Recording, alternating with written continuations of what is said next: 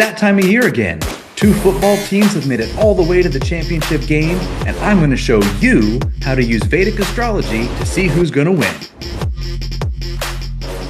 If you're new around here, a great big welcome goes out to you. My name is Nicholas Royce, and I am the founder of Light of the Stars. You can check out my website here at lightofthestars.com. You can also find me on any of my social feeds right here. And without further ado, we're going to get into this video. Okay, so let's get into the methods. What methods do I use to see who's going to win the game? I want to start by saying that these methods are not my own. These are methods that I learned from a wonderful Vedic astrologer. His name is Simon Chikoisky. He's written several books, among which is Gambler's Dharma, Sports Betting with Vedic Astrology. That is the book that I used to learn these methods, and now I am passing them along and sharing them with you. So we're going to start with method number one. Method number one is the victory house method. So what are the victory houses? Here are the victory houses. The victory house method says that the team that has a malefic in the lagna will be the victor. What does that mean? Those are all some crazy words for those of you who are not in the Vedic astrology world. So let's start by looking at the houses of astrology. So these are all numbered here, 1 through 12. They work around anti-clockwise. The lagna is the first house here. The lagna for the favorite is the first house. If you were to flip this chart over, then the lagna for the underdog would be the seventh house. So you have the favorite on top, the underdog on the bottom, and the corresponding houses for the favorite are in yellow, and the corresponding houses for the underdog are in green. Houses 2 and 8 are neutral for these purposes. So house number 1 is representative of the team that has the best odds to win. House number 7 is representative of the house that is the underdog. And then the other yellow houses, so 1, 3, 6, 10, and 11 are the victory houses for the favorite. And 4, 5, 7, 9, and 12 are the victory houses for the underdog. The houses that are most important are these in the middle, the large diamonds in the middle, 1 and 10 for the favorite, 7 and 4 for the underdog, and then 6 and 12 also have importance to them. The others that are colored, the 3 and 11 and 5 and 9, do indicate for their team, however, not as strongly as the other ones. So that is a basic rundown of the houses. And so what do I mean when I say a malefic? So let's go to the Winning with Jyotish game sheet that I created. The sheet that I created here is based on the book that Simon wrote. And so we're going to look at the malefics versus the benefics. So the malefic planets are the ones that are in orange here. So the Sun, Mars, Saturn, Rahu, and Ketu. Rahu and Ketu are the nodes of the moon. The benefics here are going to be the Moon, Mercury, Venus, and Jupiter. And what we consider in the victory house method is which malefics are in planets for the favorite, 1, 12, 6, 3, 11, or which malefics are in the victory houses for the underdog, 7, 4, 12, 9, and 5. And while we mostly consider just malefics, we do not consider the outer planets, Uranus, Neptune, Pluto. There's also some other shadow planets that are looked at as well in some of these other methods. And we also do consider very strong benefics. So let's say, for example, Jupiter, which we will see have a play in this chart we're going to look at today. Jupiter is currently retrograde, and it is also in its own nakshatra currently as well. So those are two things that make Jupiter stronger than it already is. And so we will see how that plays out in this chart as we go through this. So let's get into the victory houses. Let's pull up the chart for the game that we're looking at. Here is the game chart for Super Bowl 60. Super Bowl 60 is taking place February 8th, 2026. Kickoff will be taking place at 3:40 local time in Santa Clara, California. The game is advertised as I live on the East Coast, so it's advertised as 6:30 Eastern here. However, with all the festivities that take place before the actual game starts, kickoff is, from my understanding, slated to take place about 3:40 p.m. At Levi Stadium. So here's that game chart based on that time. And let's see what we have here. So let's have a look through the victory houses and see what planets are in these victory houses. So for the favorite, we'll look at house number one. House number one does not have any of the malefics in it that we talked about previously. This GK here is Gulika. It is a shadow planet. So that one we are not considering in the victory house method. Next, we will look at house number 10. House number 10 is empty. And we'll go to house number 6. House number 6 has Upaketu. Upaketu is also a shadow planet that's not considered in the victory house method. Next, we'll go to house number 3. That is empty as well. And then for the favorite, we'll look at house number 11.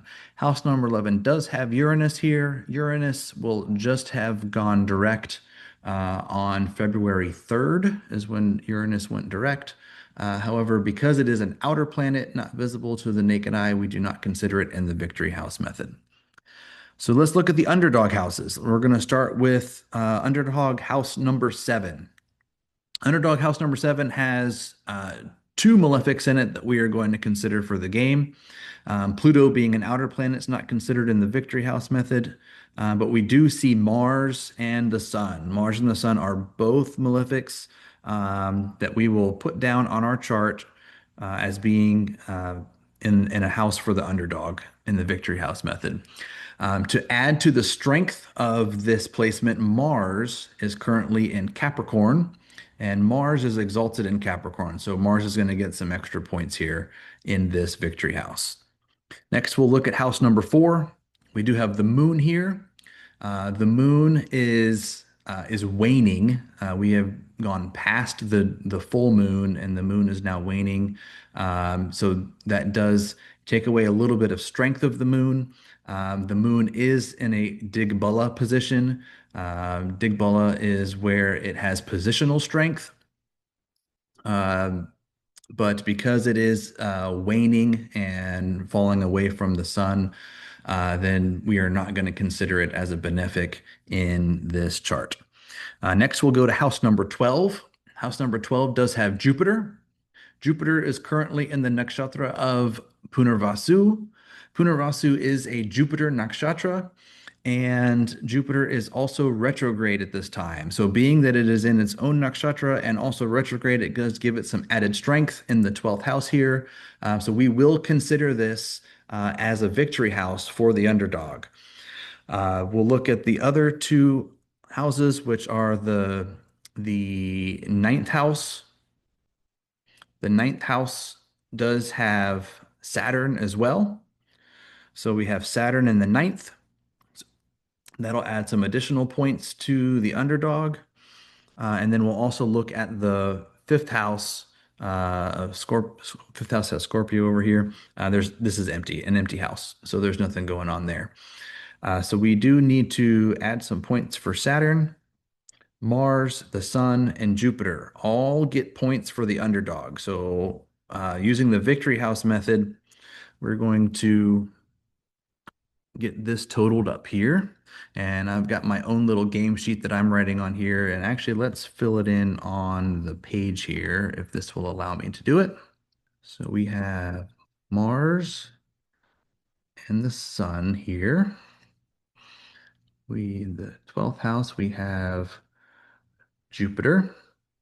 And the ninth house, we have Saturn. Back on that chart, if you recall, Neptune was also there with Saturn. Neptune being an outer planet is not considered in the victory house method.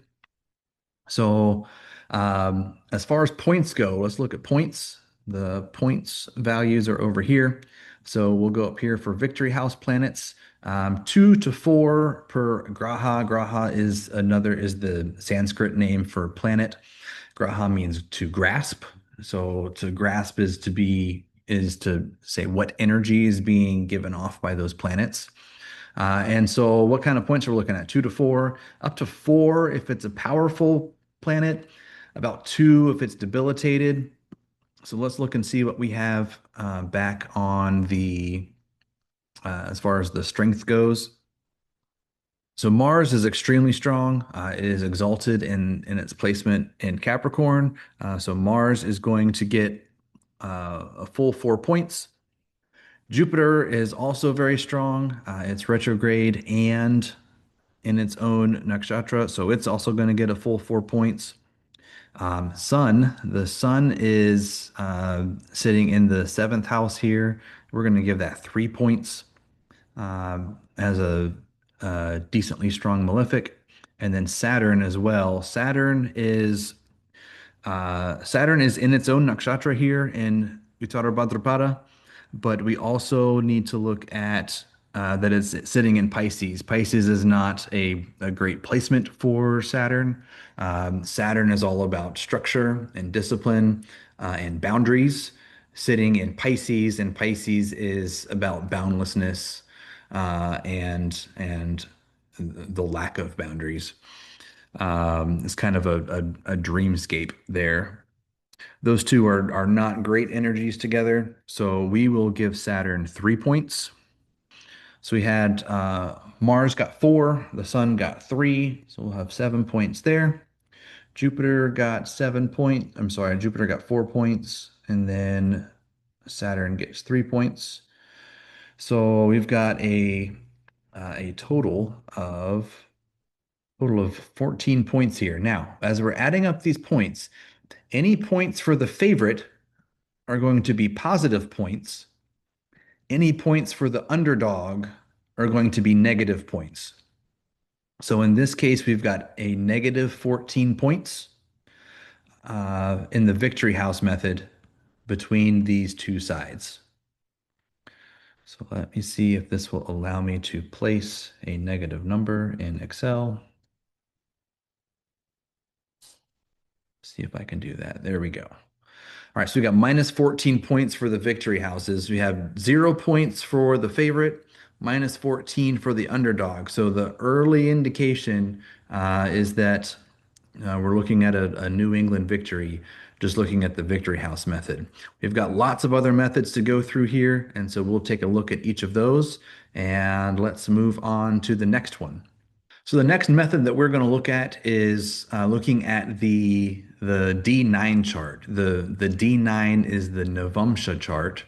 And let's go back over here to Parashara's Light is the software that I use. It's a professional astrology software. So in the bottom right corner down here, you can see the D9 chart.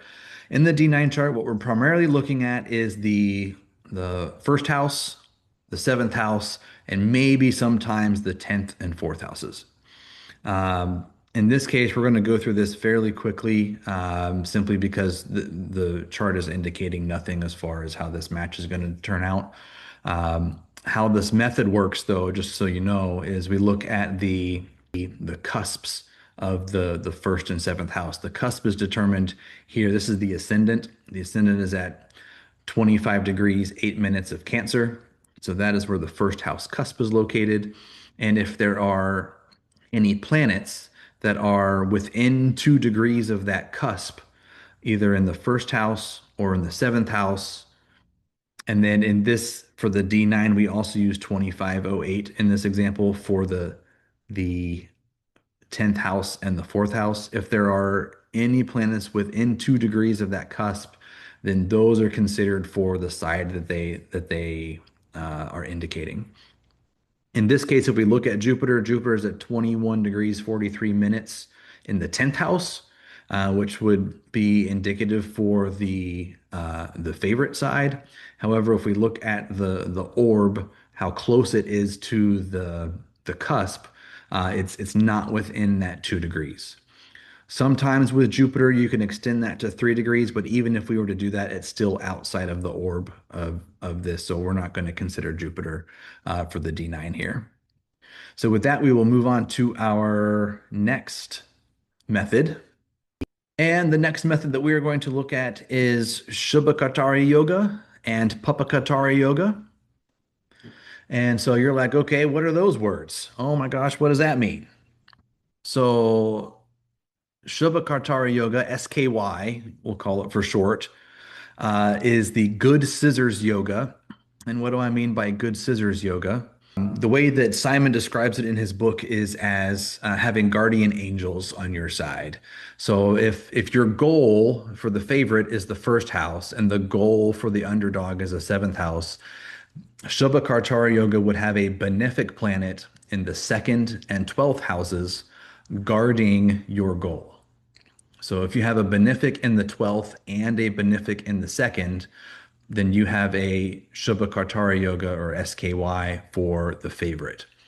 Likewise, for the underdog, if you have a benefic in the sixth and a benefic in the eighth, then they are guarding the goal of the underdog, and you have a Shubhakartara Yoga for the underdog. So Papakartara Yoga is just the opposite. It is having a malefic on either side. So if you have a malefic in the 12th and a malefic in the second, what that does is it's kind of like having not so great angels on your shoulders here. It makes it more difficult. I will say that Papakartara Yoga PKY is not as bad as Shubhakartara Yoga SKY is good. So if you see a PKY, um, that can have an effect on the game, but it doesn't necessarily mean a loss for that team. Another situation you can see as well sometimes is where you do have an SKY, a Shubhakartara Yoga. You've got two benefics, but there's a malefic sitting with one or both of the benefics. What that does is it mars the goodness of the Shubhakartara Yoga and makes it a little bit less effective. So let's see how this plays out in Super Bowl 60. All right, so here's our game chart, and let's see what we have for the favorite. The Seattle Seahawks are here in the top. The New England Patriots are down here in the bottom. I guess I did not go over that at the beginning, so that is my fault for having to for saying that so deep into this video already. We've got the favorite up here, the Seattle Seahawks, the underdog down here, the New England Patriots. So for the favorite Seahawks, we do have a great benefic right here in the 12th house. If we look across over here to the second house, we do have K2. K2 is a shadow planet, a mild malefic. And so in this case, we do not have a Shubhakartara Yoga or a Papakatara Yoga. Let's have a look and see what we have for the Patriots. Down here, we do have Upa-K2 in the 6th house. It is also a shadow planet. This one is not considered in the PKY, SKY. Let's look at the 8th house here. We've got Venus, a wonderful benefic. Mercury is very changeable. It kind of takes on whatever it's near. It can typically normally be a benefic. However, it can also be a malefic if there's other malefics that are acting upon it.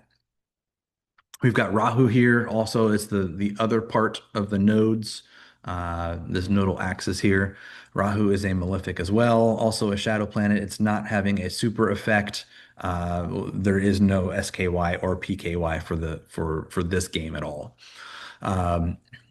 When Rahu and Ketu do affect a Shubhakartara Yoga or a Papakatara Yoga, they only do so typically for not the whole game. Typically, it's just part of the game. Being that they are half-bodied. Rahu is the head of the serpent. Ketu is the body of the serpent. And being that they are only half-bodied, then they only typically have an effect on half the game. So with that, we do not have a SKY or a PKY in this game, so we will move on to the next method. And the next method that we are going to have a look at is sublords. All right, so the next method that we're going to look at is the sublord method. This is where things do get a little bit complicated. So I'm not going to go into great detail on the ins and outs of this, but I will show you the basics of where I do get the information from. So we're going to look at the bottom left-hand corner of this. We've got the Krishnamurti significators, and then what we are going to be looking at is this there's three grahas that are listed here: Jupiter, Rahu, Venus, Mars. I'm sorry, Mercury, Mars, Saturn, Venus, Rahu, Rahu. So what we are going to look at is the middle one. So you have Lord, Sublord, and Sub-Sublord. We're looking at the Sublord of the first house and the Sublord of the seventh house. So the Sublord of the first house is for the favorite, the Seattle Seahawks, and that is Rahu. So we're going to put Rahu in our chart up here. All right, so we have Rahu as the sublord for the favorite. For the seventh house indicates the underdog, and the sublord is Jupiter. So we're going to have Jupiter as the sublord for the underdog. Jupiter. Okay. And then, so what I'm doing next is I am looking. There are four columns here. What we're doing is I'm going across each of these lines for each house, first house, second house, third house, as we go line by line. And what I'm doing is I'm looking for Rahu or Jupiter to be amongst the planets that are listed in this list. So as we go down through here, if you see any Rahu or Jupiter, we will check those out. So we got Mars, Moon, K2 Mars, Moon, Sun, Mercury, Moon, Mars, K2 Venus, and then we come down to some Jupiter here. So we have Moon, Jupiter in this column and Jupiter in the last column. So if we go back to our chart here, here's how the points are distributed. So if there are planets in all four columns, then the point distribution looks like this: four for the leftmost column, three, two, and one. And that is if there are three or four columns that have planets. If there are only planets in these columns, column B and column A, then column B gets 4 points, column A gets 2 points. If there's only a planet in column A, then that one's worth 4 points. And then if they're split, if there's something in A and something in C, but not in D or B, then the points are like this: C gets 3 and A gets 1. All right, so let's go back and see what we have on the chart. We have Jupiter in column B and Jupiter in column A, and there's no others. So Jupiter is going to get 4 points here, and Jupiter is going to get 2 points here. And then let's go back across and see this is the sixth house. So this is for the sixth house. Jupiter is going to get 6 points. So we'll go back to our chart here, and we will get 6 points for Jupiter. All right, this next one has Sun, Venus, Mars, Saturn, Saturn, K2 Mercury, Rahu. All right, so we got a Rahu here. Sun, Mercury, Venus, Rahu there. Saturn, Saturn. So Rahu is going to get points for the eighth house. We've got Rahu gets 4 points for this. Rahu gets 3 points for this. So that'll be 7 points for Rahu for the eighth house. And the eighth house is going to get negative points. So got Rahu in here, Jupiter in here. So Rahu is going to get -7 points for the eighth house.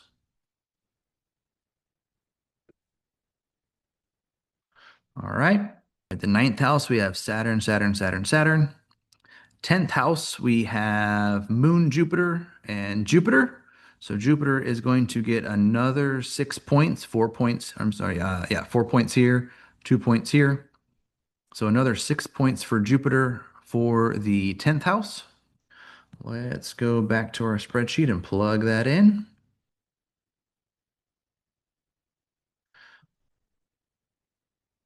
And we're just about done looking at these houses here.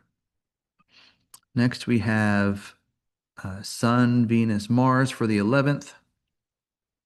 And then we have Jupiter, Jupiter, a blank space, and Mercury for the 12th house. So because there's three houses here, this column's going to get 4 points, this column's going to get 3 points, and this is for the 12th house. The 12th house is going to earn Jupiter negative points. So 12th house will be right here for Jupiter, minus 7 points there. All right, so then we're going to total it all up. Rahu had 0 points for 0 positive points. Jupiter had 12 positive points. Rahu had negative 7 points here, and Jupiter had negative 7 points here. So then we're going to total this all up. And so Rahu is going to have a total of 0 and minus 7. So that is minus 7 points is going to go in here. And then Jupiter is going to get 12 points minus 7. So we're going to end up with 5 points here.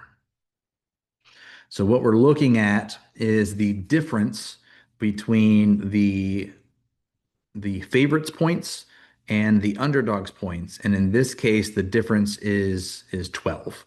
And so that is going to end up being another negative 12 points. Oops. Negative 12 points overall for the favorite.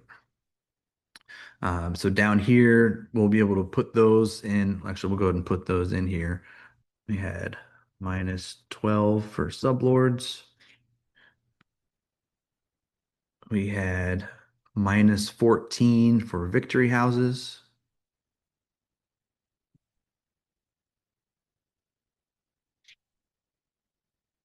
All right. And so that is the sublord method. And so we will move on to our next method. All right, the next method is the house cusps method. And so the house cusp method is looking at what planets are within 2 to 2.5 degrees of the cusps of the first, 10th, and 6th house for the favorite, and 7th, 4th, and 12th house for the underdog. And so let's go back over to our chart for the game. And the cusps, I get those from the Krishnamurti chart down here. The first house cusp is listed here, 247. You can also just see that on the chart as the ascendant, is the easy way to look at it. So the ascendant is right here at 247 in Cancer. And we're looking to see if there are any planets within 2 to 2.5 degrees of that cusp. And in this case, there are not. The 2 degrees 47 minutes is also going to be the cusp of the house directly across from it, which will be the 7th house. So we'll look and see if there's anything within 2 degrees 47 minutes of the 7th house. And in this case, there is not. The 10th house. The 10th house is for the favorite. The 4th house is for the underdog. And the cusp of the 10th house is indicated by the midheaven or the medium cole. And so that is indicated here by this MC. In this case, it is actually falls into the 9th house, which would get into stolen cusp territory if that were to play into this game. In this case, it does not. So I'm not really going to go into that too deeply here. But you can see that if we're looking for something within 2 degrees of 19 degrees Pisces, I don't see anything there at all. So we're not going to have anything on the cusp of the 10th house. That's going to follow over to the fourth house cusp. But if we're going across the chart, the fourth house cusp you'll see down here actually goes to 1903 Virgo, which is going to be in the third house here. And there's no planets in the third house, nothing in Virgo at all, nothing near that cusp. So that's not going to play out here either. The last two cusps we're going to look at are the sixth and the 12th. Sixth house cusp is at 1 degree, 15 minutes Sagittarius, which would be down here in the sixth house. And there's nothing within 1 degree Sag. And so then we're going to look at the 12th house, which is going to be 1 degree, 15-minute Gemini in the 12th house. And there is nothing within that space of the 12th house as well. So the cusps of victory do not play out in this game. Neither do stolen cusps. Just briefly, stolen cusps would be if there was a planet on a cusp where it falls into a different house. So in that case, for the 10th house, if it fell into the 11th or the ninth, and there was something within orb there, that would be considered a stolen cusp as an example. And that's going to be it for cusps here. So let's move on to our next method. All right, the next method uses the 108 Sanskrit syllables of the zodiac. It's called Nama Navamsha or Namapada. And so what we're going to look at is so each of the 27 nakshatras has four different padas. They're broken up into four different sections of the sky, and then each section of the sky is associated with its own sound. So, the nakshatra of Ashvini, pada 1 has the sound chu, pada 2 is a sound che, pada 3 has a sound cho, and pada 4 has the sound la. And then it moves on through the zodiac. Li lu le lo, a I u a o, va vi vu ve vo, ka ki ku ga nya cha. And then you can kind of go through all the rest of those here. So what we're going to do, the reason this is important is what we're going to do is look at a few different, well, one specific point, which is the midheaven. Um, and if the midheaven has a sound associated with the beginning syllable of one of the teams, then that is indicative that that team may win. So, what we're looking at is the names of the teams. So we'll be looking for the Seattle Seahawks. So C and C. New England Patriots has three different sounds. We have uh, new, we have E, and pay. So new E pay and CC. So let's see what sound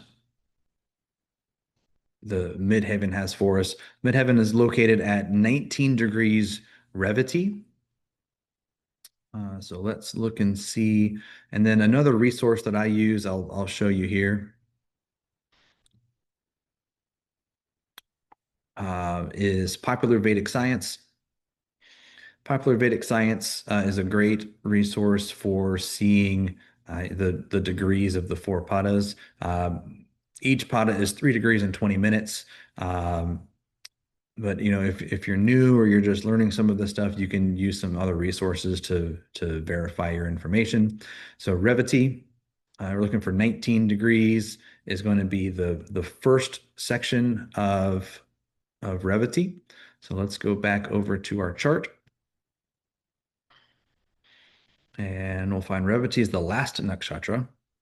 And the sounds there are going to be de or te. And those sounds are not going to be in Seattle Seahawks or New England Patriots. So the midheaven is not going to fall in there. However, if you look at the rest of the planets and where they're located in the chart, sometimes they can create some energy around the sounds that they have based on where they're placed. So let's see what that looks like. And then the software that I use, Parshar's Lite, does this for you. I had to look up the midheaven itself because the midheaven's not located as something you can see here. But what we're going to look at is this column right here, Nama, and it gives you the syllables for each of the planets and where they're located. So, for example, the sun is located in Danishta, and it's Pada number one is where it's located, and that sound is going to be Ga. The moon is in pada number one of Vishaka, and that sound is T. And as we go through these, you look and see what planets have what sounds. And for our purposes, Rahu is the only one that falls into one, and it has the sound C. So C for Seattle, C also for Seahawks. And so we'll plug that into our spreadsheet and see what we get for points there. And I have already gone ahead and filled in the syllables on the chart here. And so we'll go over here to Rahu and we're going to put in Seattle Seahawks. And because each syllable falls into that, we're going to give this, some points based on that. And so we're going to give 4 points for each syllable, Seattle and Seahawks. And so we're going to get +8 here for the Seahawks. So we'll get 8 points for that. And because that's the only one, you can kind of go through here and see all the rest of them. And none of those match up New England Patriots or um, Seattle Seahawks. This one down here, you see the sound C here with Pluto. It's more like G or G or G, that kind of thing here. I'm giving the Seahawks the points here is where they're going to get their points from for the Navamsha syllables. Another thing you can also do as well is look at the names of the coaches. Look at the names of, for football, the quarterback. I do a lot of this for hockey. I use the goaltender for hockey. You can also use the team captain as well. And in this case, for this game, there was nothing for Mike McDonald, coach of the Seahawks, Sam Darnold, the quarterback of the Seahawks. Nothing for Mike Vrabel or Drake May with the Patriots either. So that's where I've got the points for the Navamsha syllables here. And so we'll move on to our last method, the Nakshatra Taras.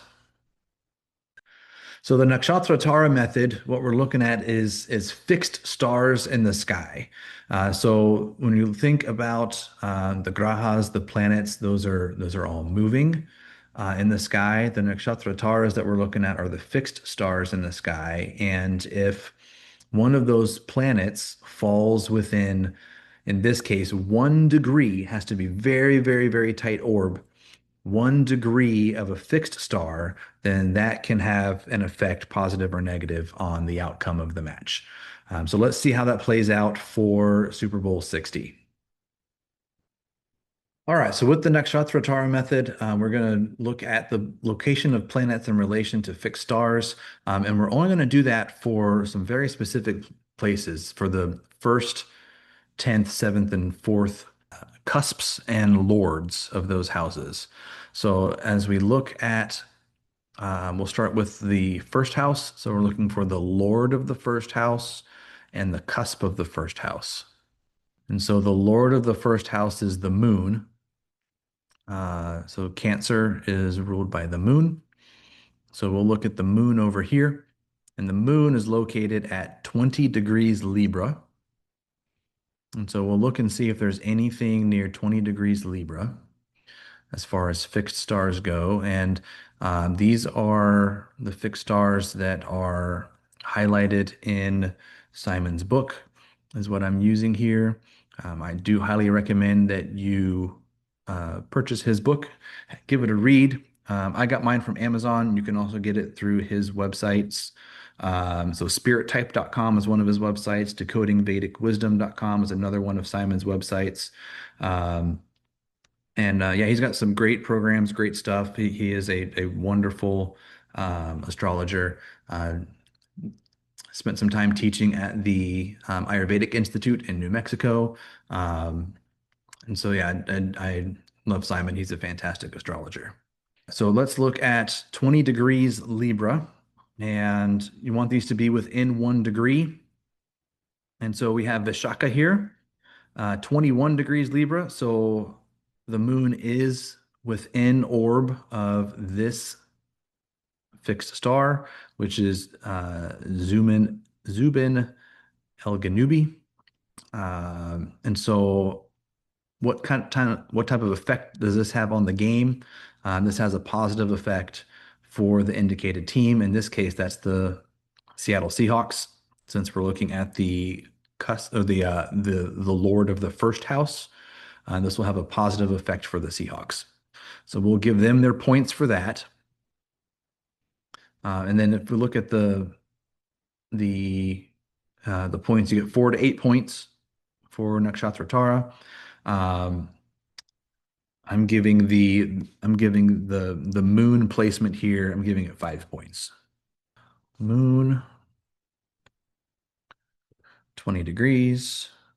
It's in the nakshatra of Vishaka. Yes, there's a Yogatara, and it's positive.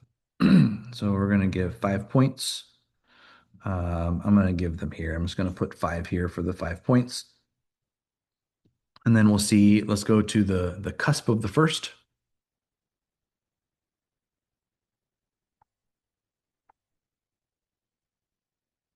All right, cusp of the first house again is 2 degrees, 47 minutes of Cancer.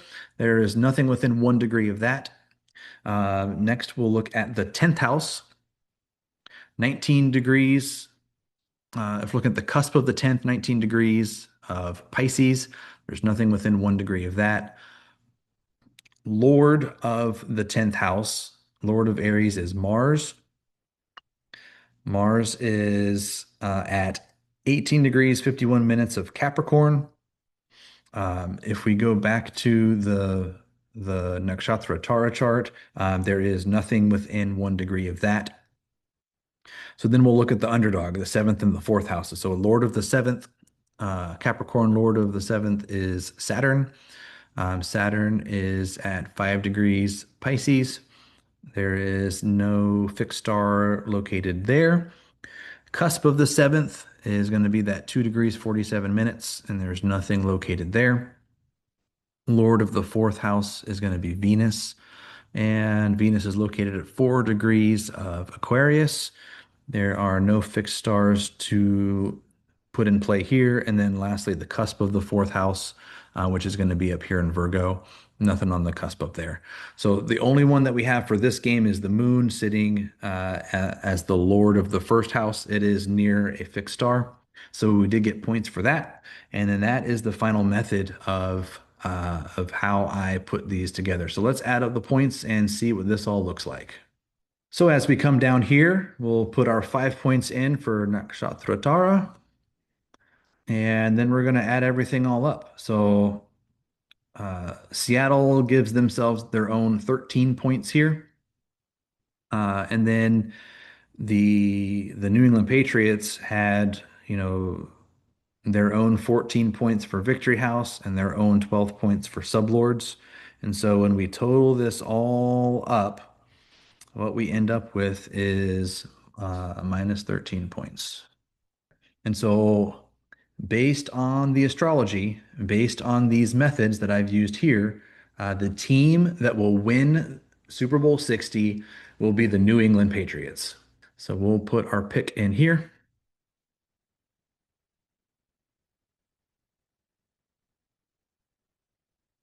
So I will take all of that information and I will post it over here to lightofthestars.com. Again, you can come to lightofthestars.com. You can get your free Vedic birth chart. It's super easy. Just click on this button here, enter your birth information, and it will give you your planetary placements for when you were born. If you would like to book a reading with me, check that out. You can go to services right here and book a reading with me. And then also you can see all of the information as far as the winning picks with Jyotish in the resources section here. You can pull this up, see all of my historical picks as they are here. So far, my picks have been pretty good. I have one loss so far. That was the college football playoff championship game.